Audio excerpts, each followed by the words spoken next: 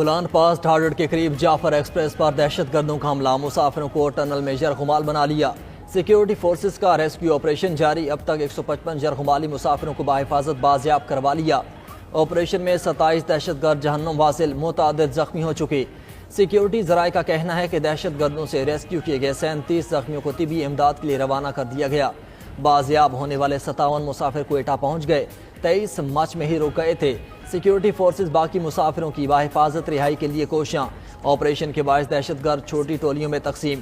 Security ذرائع کے مطابق دہشت گرد عورتوں اور بچوں کو ڈھال کے طور پر استعمال کر رہے ہیں۔ دہشت گردوں میں خودکش بمبار بھی موجود، کچھ یرغمالی مسافروں کے ساتھ کچھ بمبار بیٹھے ہوئے ہیں۔ دہشت گرد اپنے افغانستان میں موجود ہینڈلر سے بذریعہ سیٹلائٹ فون رابطے میں ہیں۔ آخری دہشت گرد کے خاتمے تک آپریشن جاری رہے گا۔ جعفر ایکسپریس کوئٹہ سے براستہ CB پشاور جا رہی تھی۔ ٹرین میں عورتوں اور بچوں سمیت تقریباً 400 افراد سوار تھے۔ CB، مچ اور ڈھاڑھڑ کے اسپتالوں میں ایمرجنسی نافذ ہے۔ کیا ہوا تھا ذرا بتا سکتے؟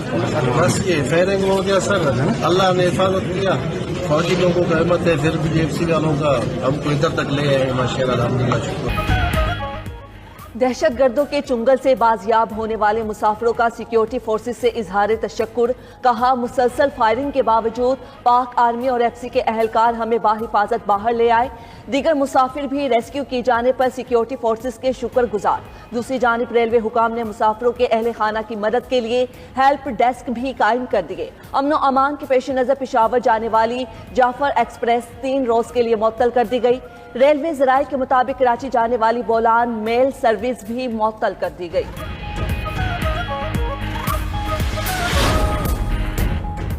صدر مملکت اور وزیر اعظم کی جعفر ایکسپریس پر حملے کی مذمت، مؤثر کارروائی پر سیکیورٹی فورسز کو خراج تحسین، مسافروں کو ریسکیو کرنے پر بہادری کی تعریف۔ صدر نے کہا نہتے شہریوں اور مسافروں پر حملے غیر انسانی اور مسموم عمل ہے، بلوچ قوم حملے کرنے والوں کو مسترد کرتی ہے۔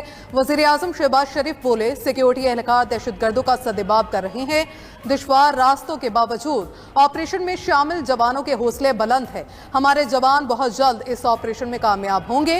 وزیر داخلہ محسن نقوی نے کہا مسافروں کو نشانہ بنانے والے درندے کسی رعایت کے مستحق نہیں، سب کو کیفر کردار تک پہنچایا جائے گا۔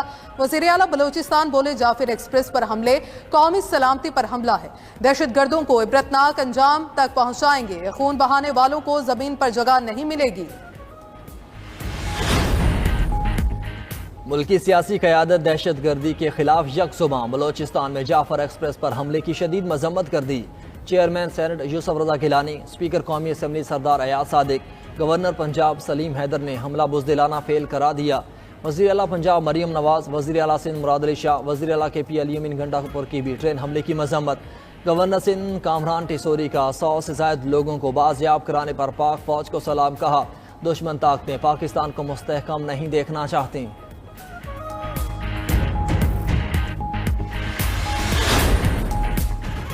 جعفر ایکسپریس پر بزدلانہ حملے پر بھارتی میڈیا اور ملک دشمن سوشل میڈیا متحرک۔ سوشل میڈیا پر مسلسل گمراہ کن، جھوٹی اور فیک نیوز پھیلائی جا رہی ہے، ہیجان پیدا کرنے کی کوشش کی جا رہی ہے۔ فیک نیوز پھیلانے میں پرانی ویڈیوز اور AI کا استعمال کیا جا رہا ہے۔ عوام مستند ذرائع سے موصول خبروں پر اعتماد کریں۔ عورتوں اور معصوم بچوں کو ڈھال بنانے والے دہشت گرد کیفر کردار تک پہنچیں گے۔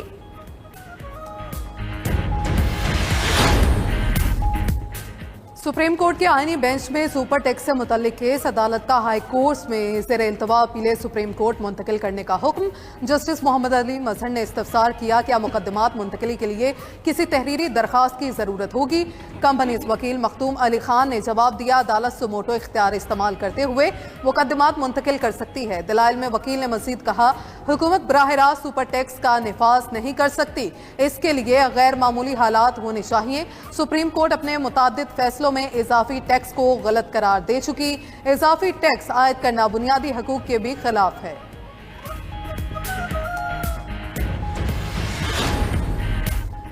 ملک کو آئین اور قانون کے بغیر چلانا سنگین جرم ہے۔ سینیٹر شبلی فراز کہتے ہیں کہ گزشتہ روز ایوان بالا میں ہم نے آئینی نکات اٹھائے۔ چیئرمین اور ڈپٹی چیئرمین سینٹ کے انتخابات غیر آئینی تھے۔ رہنما PTI سلمان اکرم راجہ نے کہا کہ ہمیں سیاسی اختلافات بھلا کر ملک کو مشکل سے نکالنا ہوگا۔ PTI اپنا بہت مثبت کردار ادا کرے گی۔ زرتاج گل کہتی ہیں کہ پارلیمنٹ کے مشترکہ اجلاس خطاب میں صدر مملکت نے صرف سندھ کے پانی کی بات کی، ملک کی کوئی بات نہیں کی گئی۔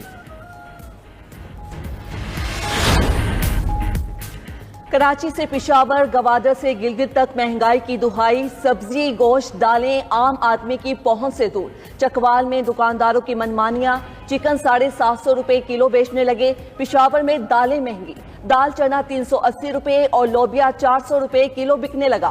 مظفر گڑھ میں بھی خود ساختہ مہنگائی، سفید چنے 370 روپے، دال مونگ 400 روپے اور بیسن 340 روپے کلو بک رہا۔ سرگودا میں خشک مسالہ جات کی قیمتوں میں 10% تک اضافہ، کالی مرچ 2400، زیرہ 1200، بڑی الائچی 7500 روپے کلو تک جا پہنچی۔ سکھڑ میں بیکری آئٹمز بھی مہنگی کر دی گئیں، پھینیا اور رس کی قیمت میں 50 روپے کا اضافہ۔ ادھر ٹنڈو الایار کی منڈیوں میں 2000 روپے من ملنے والا کیلا 7000 روپے من میں فروخت۔ ٹنڈو الایار کی منڈی سے کیلے پاکستان بھر میں سپلائی ہوتے ہیں۔ لاہور کے میو اسپتال میں غلط انجیکشن لگانے سے اموات پر ایکشن۔ محکمہ specialized health care and medical education نے 3 نرسز کو شو کاز نوٹس جاری کر دیا، 7 روز میں جواب جمع کرانے کا حکم۔ کارروائی پر میو اسپتال کی نرسز نے احتجاجاً کام چھوڑ دیا، کہا انجیکشن کے ری ایکشن سے اموات کا ذمہ دار نرسز کو ٹھہرانا زیادتی ہے۔